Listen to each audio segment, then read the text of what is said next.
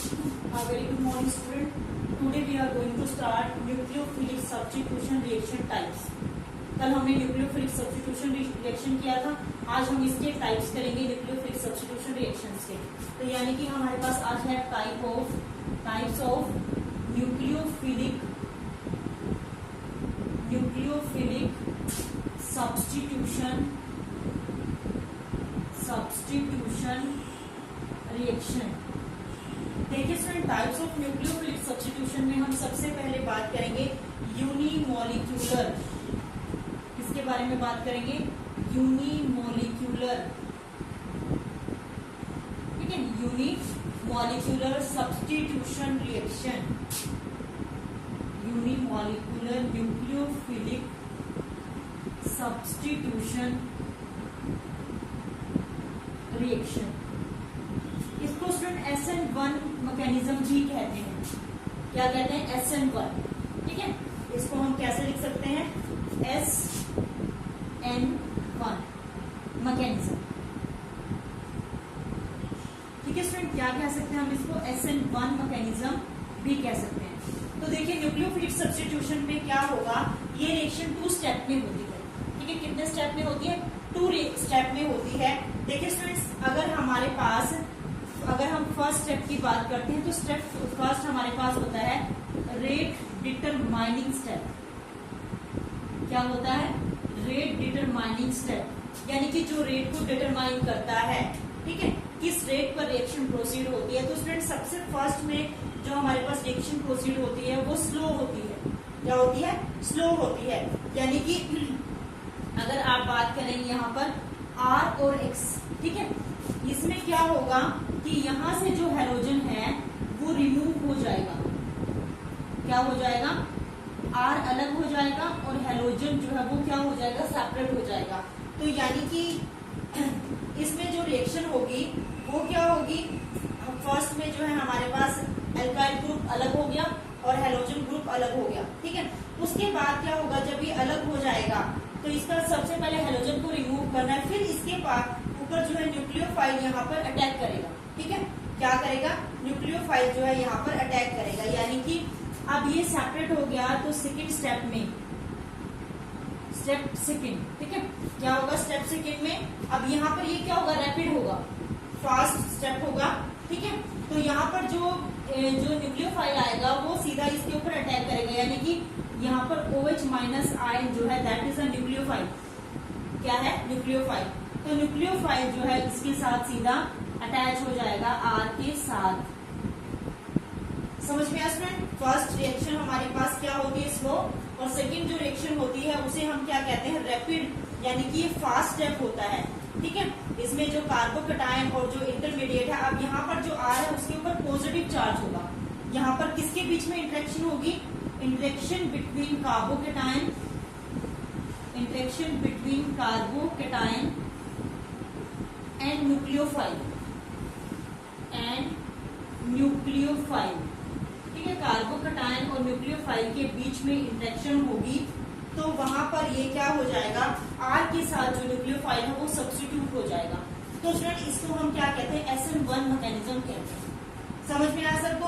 अब एग्जांपल से देख लीजिए. तो इसका जर्नल वो था जो हमने किया, तो पहले इसको नोट डाउन कर लो, फिर हम इसको एग्जांपल से जो है वो एक्सप्लेन करते हैं कैसे जो है न्यूक्लियोफाइल यहाँ पर अटैच होगा और कैसे जो है हैलोजन ग्रुप जो है वो रिमूव हो जाएगा. लेकिन सबके लिए मैकेनिज्म यही रहेगा.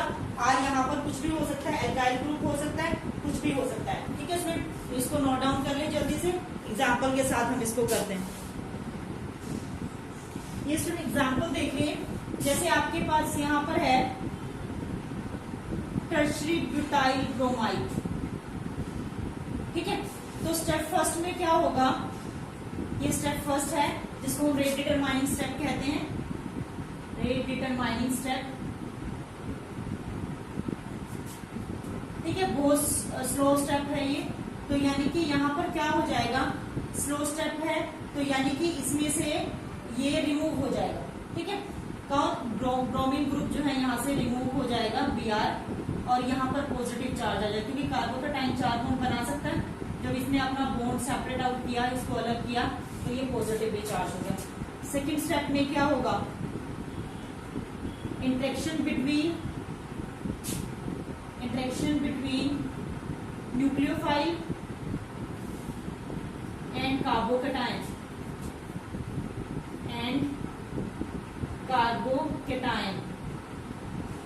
अब देखिए स्टूडेंट, अब ये हमारे पास क्या है, कार्बोकेटायन है,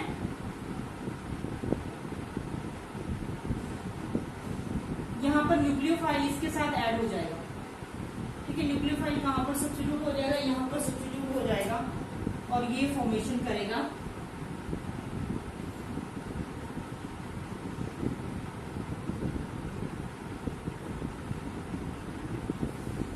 न्यूक्लियोफाइल। हमने यहाँ पर OH ले लेंगे, आप OH नेगेटिव चार्ज, तो आप यहाँ पर OH जो है वो सब्स्टिट्यूट हो जाएगा। समझ में आया सब कुछ फ्रेंड?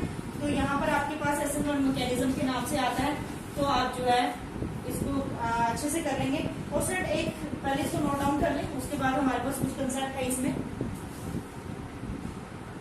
ये फ्रेंड, आप अगर हम रिएक्टिविटी के बारे में बात करते हो तो tertiary, primary to tertiary reactivity increase होगी in case of SN1 mechanism. यहाँ से क्वेश्चन आपके पास अराइज होगा कि प्राइमरी में ज्यादा होता है या टर्शरी में ज्यादा होता है। तो स्टूडेंट देखिए, अगर एक एल्काइल ग्रुप है तो वो प्राइमरी है, ठीक है।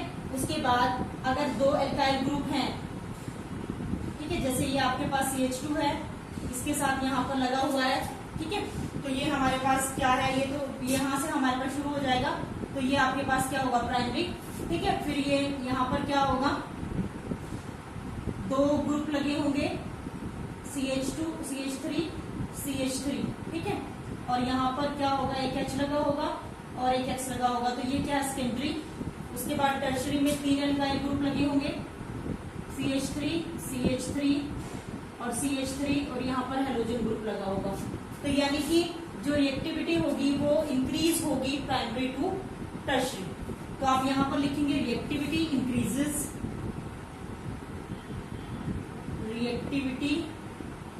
इंक्रीजेस टुवर्ड SN1 रिएक्शन, देखिए स्टूडेंट, बड़े ध्यान से देखिए, जब हम प्राइमरी टू टर्शरी मूव करते हैं तो प्राइमरी में कम SN1 रिएक्टिविटी कम होती है, सेकेंडरी में उससे ज्यादा होती है, और टर्शरी में जो है सबसे ज्यादा होती है। अगर स्टूडेंट यहाँ पर, जैसे यहाँ पर एल्काइल ग्रुप है, सपोज करो यहाँ पर फिनाइल ग्रुप लगे हुए C6H5, ये भी टर्शरी हो गया ना, ठीक है, ये हमारे पास क्या है, टर्शरी है। उसके बाद अगर हम बात करते हैं सेकेंडरी में, तो यहाँ पर दो फिनाइल ग्रुप लगे होंगे, C6H5, और ये यहाँ पर कोई भी हेलोजन इनके साथ होगा, ठीक है, ये आपके पास सेकेंडरी हो जाएगा। और प्राइमरी में आपके पास क्या होगा, C6H5 CH2X, ठीक है, ये आपके पास क्या होगा, प्राइमरी में होगा। तो यहाँ पर भी रिएक्टिविटी जो है किसमें ज्यादा होगी, टर्शरी में ज्यादा होगी, ठीक है, मतलब कि टर्शरी टू प्राइमरी रिएक्टिविटी क्या होगी, डिक्रीज होगी। तो यहाँ पर आप लिखेंगे डिक्रीजिंग रिएक्टिविटी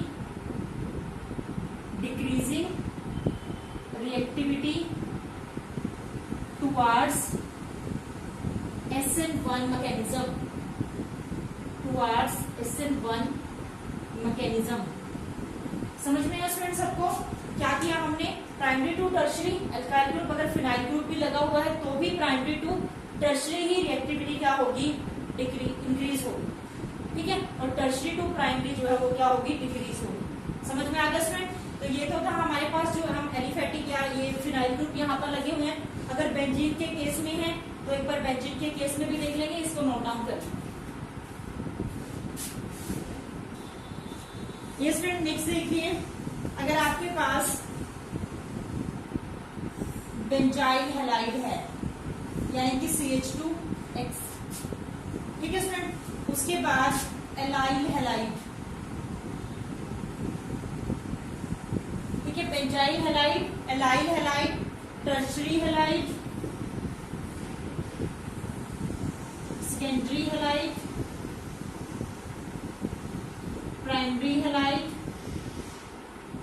ठीक है स्टूडेंट, और उसके बाद अगर मिथाइल हैलाइड है, मिथाइल हैलाइड, तो रिएक्टिविटी क्या होगी, डिक्रीजेस होगी, रिएक्टिविटी डिक्रीजेस होगी, ठीक है।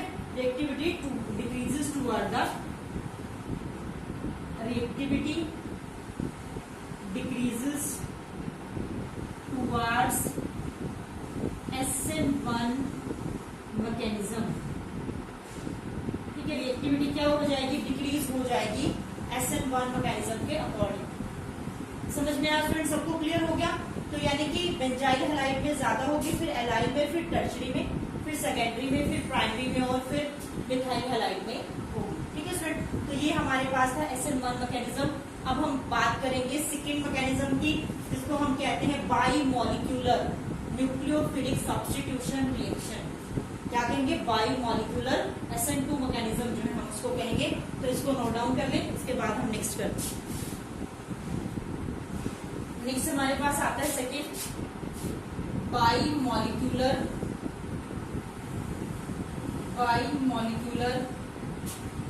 न्यूक्लियोफिलिक सब्स्टिट्यूशन रिएक्शन, ठीक है sir. By molecular nucleophilic substitution reaction, जिसको हम SN2 मैकेनिज्म कहते हैं। क्या कहते हैं, SN2 मैकेनिज्म कहते हैं। इसमें स्टूडेंट क्या होता है, देखिए जैसे आपके पास R1, R2, R3 तीन ग्रुप लगे हुए हैं और यहाँ पर लगा हुआ है हेलोजन, ठीक है। तो यहाँ पर न्यूक्लियोफाइल क्या करेगा, ठीक है, न्यूक्लियोफाइल जो है साथ साथ अटैच होगा और साथ साथ जो है उसको रिमूव करेगा, ठीक है। मतलब कि न्यूक्लियोफाइल जो है यहाँ से बैक साइड से अटैक करेगा इसके ऊपर, और यानी कि यहाँ से इसका बॉन्ड फॉर्म हो रहा होगा और उधर से उसका ब्रेक हो रहा होगा। यानी कि इस टाइप से आपके पास होगा, देखिए R1, R2, R3, ठीक है। यानी कि यहाँ से ये हेलोजन का बॉन्ड ब्रेक हो रहा है और यहाँ से न्यूक्लियोफाइल जो है इसके साथ अटैच हो, ठीक है। उसके बाद क्या होगा, न्यूक्लियोफाइल अटैच हो जाएगा और हेलोजन वहां से रिमूव हो जाएगा। यानी कि अब यहाँ पर न्यूक्लियोफाइल क्या हो चुका है, अटैच हो चुका है और हेलोजन जो है वो क्या हो जाएगा, रिमूव हो जाएगा, ठीक है। समझ में आया स्टूडेंट। सेकेंड स्टेप इस SN2 एक ही स्टेप में रिएक्शन होती है। इसमें क्या होता है कि न्यूक्लियोफाइल जो है वो बैक साइड से अटैक करता है और साथ साथ यानी कि एक बॉन्ड की फॉर्मेशन हो रही होती है और साथ साथ ही जो है बॉन्ड क्या हो रहा होता है, ब्रेक हो रहा होता है। यानी कि बॉन्ड बनने के साथ साथ जो है बॉन्ड ब्रेक हो जाता है। तो इस सिचुएशन में क्या होगा कि जब ये बॉन्ड कंप्लीट बन जाएगा तो न्यूक्लियो जो X होगा हेलोजन वो यहाँ से क्या हो जाएगा, रिमूव हो जाएगा। ये तो था हमारे पास जनरल रिएक्शन से। अब हम बात करेंगे एग्जाम्पल से, इसको नोट डाउन कर लें, उसके बाद हम करते हैं इसको। ये स्टूडेंट देखिए, अब जैसे हमारे पास एग्जाम्पल है CH3 लगा हुआ है, यहाँ पर जो है H अटैच है, यहाँ पर जो है CH3 ग्रुप लगा हुआ है, ठीक है, और यहाँ पर लगा हुआ है Br ब्रोमीन, ठीक है। तो क्या होगा कि जो न्यूक्लियोफाइल है, सपोज करो यहाँ पर न्यूक्लियोफाइल OH है, तो यहाँ से ये बैक साइड से अटैक करेगा, ठीक है स्टूडेंट। क्या करेगा, ये बैक साइड से अटैक करेगा। तो जब ये बैक साइड से अटैक करेगा तो उस सिचुएशन में क्या होगा, OH के ग्रुप का यहाँ पर बॉन्ड फॉर्म हो रहा होगा, बाकी ये एज इट इज रहेंगे CH3, ठीक है। और यहाँ पर जो है Br का नेगेटिव जो ग्रुप है वो भी ब्रेकेज हो रहा होगा। यानी कि यहाँ पर ये बनेगा इंटरमीडिएट कॉम्प्लेक्स। क्या बनेगा, अब हम क्या करेंगे, इन्वर्जन इन कॉन्फ़िगरेशन कर देंगे। यानी कि ये वाला ग्रुप, ये H उधर चला जाएगा और ये वाला ग्रुप उधर आ जाएगा। तो हम यहाँ पर लिखेंगे इन्वर्जन ऑफ कॉन्फ़िगरेशन, उल्टा कर देंगे आप इसे, ठीक है, उल्टा कर देंगे। यानी कि ये H उधर और ये CH3 ग्रुप इस साइड निकल जाएगा। इसको पूरा फिल कर देंगे तो ये क्या बनेगा, यहाँ पर CH3 ग्रुप तो है ऊपर, और यहाँ पर ये OH जो है वो कंप्लीट बॉन्ड बना चुका है, और यहाँ पर आपके पास ये आ जाएगा CH3 और इधर आपके पास आ जाएगा H। तो ये हमारे पास क्या है, SN2 मैकेनिज्म। समझ में आया स्टूडेंट, क्या है ये SN2 मैकेनिज्म। अब हम इसकी रिएक्टिविटी के बारे में बात करते हैं, तो इसको नोट डाउन कर लें जल्दी से।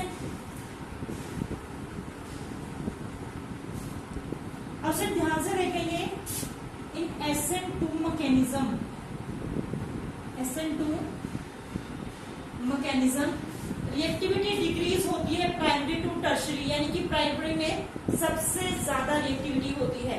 ठीक है स्टूडेंट, यानी कि CH3X, फिर आपके पास प्राइमरी आ जाएगा CH3 CH2X, ये प्राइमरी है। उसके बाद सेकेंडरी आ जाएगा CH3 CH3 और यहाँ पे X, और उसके बाद हमारे पास आ जाएगा टर्शरी।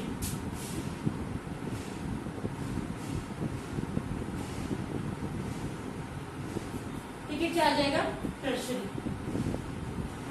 तो ये प्राइमरी आ गया, ये सेकेंडरी आ गया और ये टर्शरी आ गया। ठीक है, तो यानी कि सबसे ज्यादा जो रिएक्टिविटी है वो किसके अंदर है, मिथाइल क्लोराइड में, फिर प्राइमरी में है।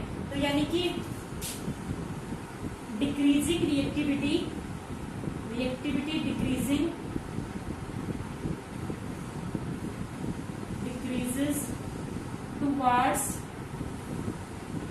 SN2 mechanism, towards SN2 mechanism. ठीक है स्टूडेंट, रिएक्टिविटी क्या होगी, डिक्रीज होगी। कहाँ में, SN2 मैकेनिज्म के टुवार्ड्स जो है रिएक्टिविटी डिक्रीज होती चली जाएगी। समझ में आ गया स्टूडेंट। तो यहाँ से इंपॉर्टेंट क्वेश्चन अराइज होता है, 1 नंबर का क्वेश्चन आपसे पूछ सकते हैं, मैकेनिज्म तो आती है एग्जाम में, 1 नंबर का क्वेश्चन अराइज हो सकता है आपके पास कि किसमें सबसे ज्यादा रिएक्टिविटी है। तो आप यहाँ पर अगर इनमें कंपैरिजन पूछा जाएगा प्राइमरी में टर्शरी में, तो आप बताएंगे कि अगर SN2 में पूछा जाता है तो SN2 में जो है प्राइमरी में रिएक्टिविटी सबसे ज्यादा होती है। अगर SN1 में पूछा जाता है तो आपको पता है टर्शरी में सबसे ज्यादा होती है। तो सबसे ज्यादा जो है रिएक्टिविटी मिथाइल हैलाइड में होगी, फिर प्राइमरी में, फिर सेकेंडरी में, और सबसे लास्ट में सबसे कम किस में होगी, टर्शरी जो है हैलाइड्स में होगी। Is that clear to everyone? Most important topic है स्टूडेंट ये हमारे पास SN1 mechanism and SN2 mechanism. अब हम जो है नेक्स्ट जो है केमिकल प्रॉपर्टीज को ही कंटिन्यू किया था, हमने कल न्यूक्लियोफिलिक सब्स्टिट्यूशन रिएक्शन किया था।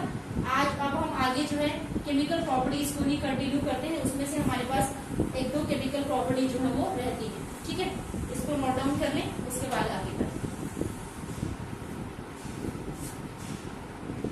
ये स्टूडेंट अब हमारे पास नेक्स्ट प्रॉपर्टी आती है 5th, nucleophilic substitution. Nucleophilic substitution of aryl halide, of aryl halide. अब फिर सबसे इंपॉर्टेंट थिंग है कि जो एराइल हैलाइड है वो न्यूक्लियोफिलिक सब्स्टिट्यूशन के अंदर नहीं जाते। ठीक है, यानी कि एराइल हैलाइड जो है वो do not undergo nucleophilic substitution under ordinary and normal conditions. ठीक है, क्यों नहीं जाते? अब इसका रीजन हमारे पास है कि जो इलेक्ट्रॉन रिच होते हैं, जैसे हेलोजन है, आपको पता है क्लोरीन, ब्रोमीन, आयोडीन है, इलेक्ट्रॉन रिच है, यानी कि जो भी आपके पास इलेक्ट्रॉन रिच न्यूक्लियोफाइल है that is repelled by the aromatic halide. अब वहां पर न्यूक्लियोफाइल अगर ये हेलोजन है, ठीक है, हेलोजन भी इलेक्ट्रॉन रिच है, और जो न्यूक्लियोफाइल अटैक करेगा OH करेगा, ठीक है, या और कोई न्यूक्लियोफाइल वहां पर अटैक करेगा, तो इसका मतलब वो भी इलेक्ट्रॉन रिच है। ठीक है, वो क्या करेंगे, इलेक्ट्रॉन को रिपेल करेंगे। समझ में आ गया स्टूडेंट? यानी कि हेलोजन भी इलेक्ट्रॉन रिच है, और जो हमारे पास न्यूक्लियोफाइल जो अटैक करेगा वो भी क्या है, इलेक्ट्रॉन रिच है। ठीक है, इलेक्ट्रॉन क्या करेंगे, रिपेल करेंगे। ठीक है, सेकेंड की जो लोन पेयर है इलेक्ट्रॉन्स के हेलोजन एटम के एराइल हैलाइड में, वो कंजुगेशन करते हैं विद द पाई इलेक्ट्रॉन। मतलब कि वो क्या करते हैं, कंजुगेशन करते हैं विद द पाई इलेक्ट्रॉन, यानी कि वो रेजोनेंस को जो है शो करते हैं। समझ में आ गया सर? तो यहाँ पर आप लिखेंगे aryl halide do not undergoes nucleophilic substitution substitution reaction under ordinary and normal condition, normal conditions, because क्या है सबसे पहले फर्स्ट लिखेंगे हम इलेक्ट्रॉन रिच न्यूक्लियोफाइल, ठीक है student, electron rich nucleophile is repelled by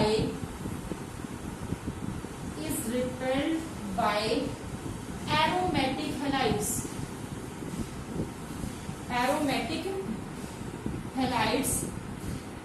which are also electron rich,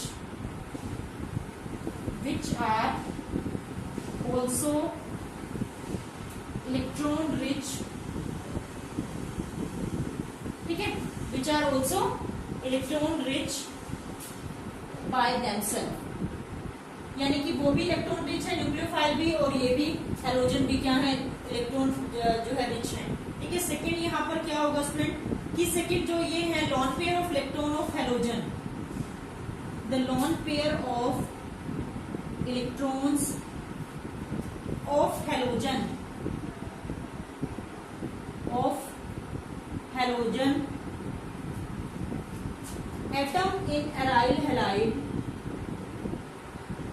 atom in aryl halide, is in conjugation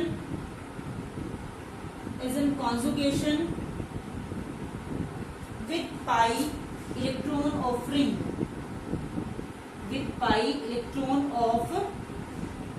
देखिए student, अब जैसे आपको पता है कि क्लोरीन के पास जो है वो इलेक्ट्रॉन रिच है, ठीक है, इलेक्ट्रॉन के रिच है क्लोरीन, 7 इलेक्ट्रॉन इसके पास है, एक तो बॉन्ड बना लिया। अब ये क्या करेगा, इनको यहाँ पे ट्रांसफर कर देगा, तो यहाँ पर डबल बॉन्ड फॉर्म हो जाएगा। कितना बचे, 2 लॉन पेयर बचे, पेयर इसके, ठीक है, यहाँ पर बॉन्ड मिस हो गया, नेगेटिव चार्ज, ठीक है। अब ये वाला जो है कहाँ माइग्रेट करेगा, नेगेटिव चार्ज यहाँ, और ये वाला जो है नेगेटिव चार्ज बन जाएगा यहाँ पर। देखिए स्टूडेंट ध्यान से, अब ये वाला बॉन्ड तो यहाँ पे माइग्रेट हुआ, और ये बॉन्ड कहाँ, यहाँ पे आ गया, ठीक है। ये ऊपर हमारे पास डबल बॉन्ड है, 4 इलेक्ट्रॉन इसके पास है। अब क्या होगा कि ये वाला जो इलेक्ट्रॉन है वो तो यहाँ माइग्रेट हो गया, और ये वाला जो बॉन्ड है वो यहाँ आ जाएगा। तो देखिए स्टूडेंट, ये वाला बॉन्ड यहाँ, ये वाला बॉन्ड तो हमारे पास यहाँ फॉर्म हो गया, और ये इधर है ही, ये डबल बॉन्ड, और यहाँ पर जो है क्या आ गया, नेगेटिव चार्ज, ठीक है। अब ये वाला बॉन्ड उधर चला जाएगा जहां से आया था, ठीक है, और ये यहाँ पर आया,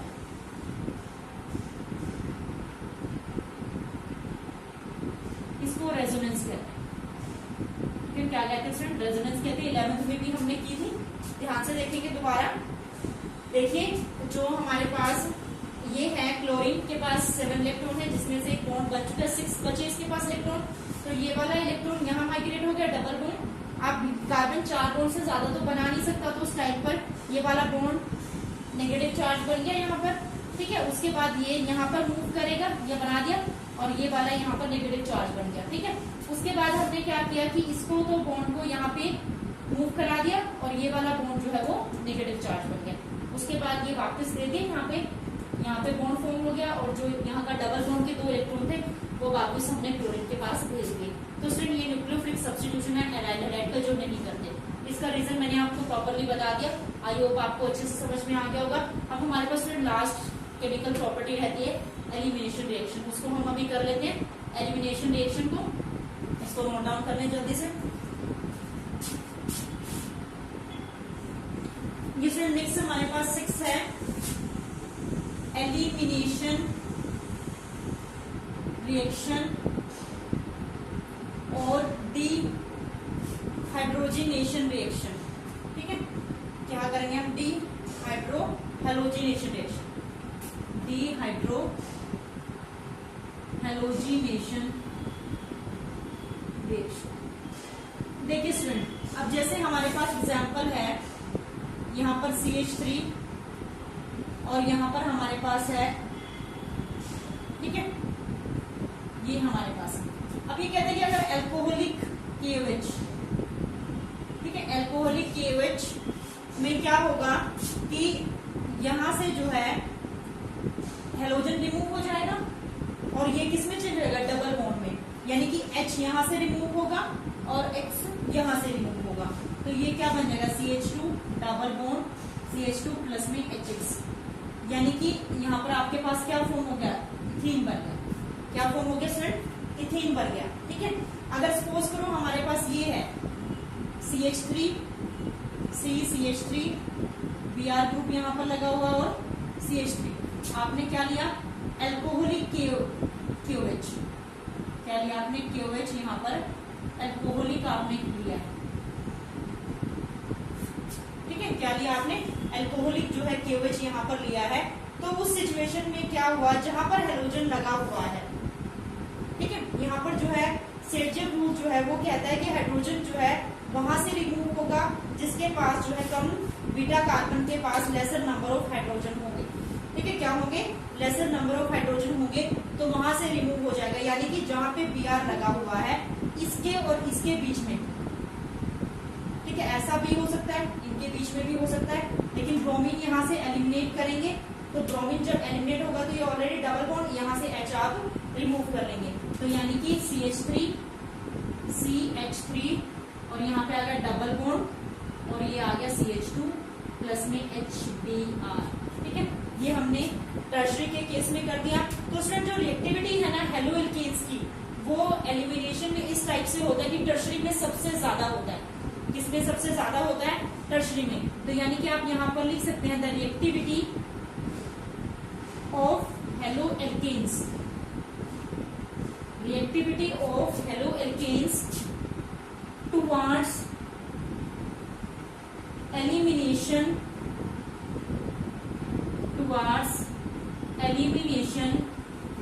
in following sequence,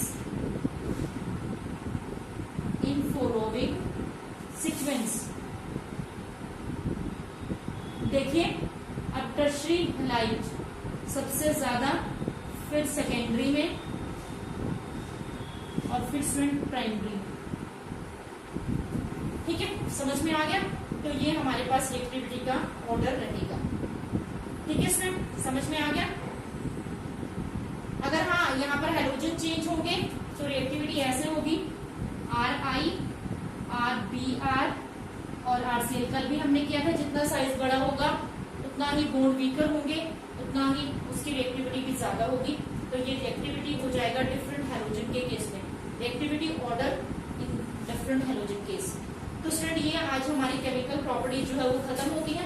कल हम कुछ इंपॉर्टेंट केमिकल रिएक्शंस हैं वो करेंगे और आई होप शायद हम कल नेक्स्ट यूनिट भी स्टार्ट कर लें, क्योंकि हमारे पास जो इसमें प्रिपरेशन थी जो कंपाउंड्स की, वो टॉपिक जो है वो डिलीट हो चुके हैं, ठीक है, जो प्रिपरेशन ऑफ कंपाउंड है वो सिलेबस में से डिलीट हो गए, ठीक है, तो वो टॉपिक हम नहीं करेंगे। अब हमारे पास कुछ इंपॉर्टेंट नेम रिएक्शंस है वो करने के बाद फिर हम आई होप कल नेक्स्ट यूनिट स्टार्ट करें, ठीक है स्टूडेंट। आई होप अच्छे से क्लियर हो गया होगा आपको हर एक टॉपिक, ठीक है स्टूडेंट। अगर किसी को नहीं समझ में आया, कुछ भी प्रॉब्लम है तो you can call me any time. Thank you and have a nice day.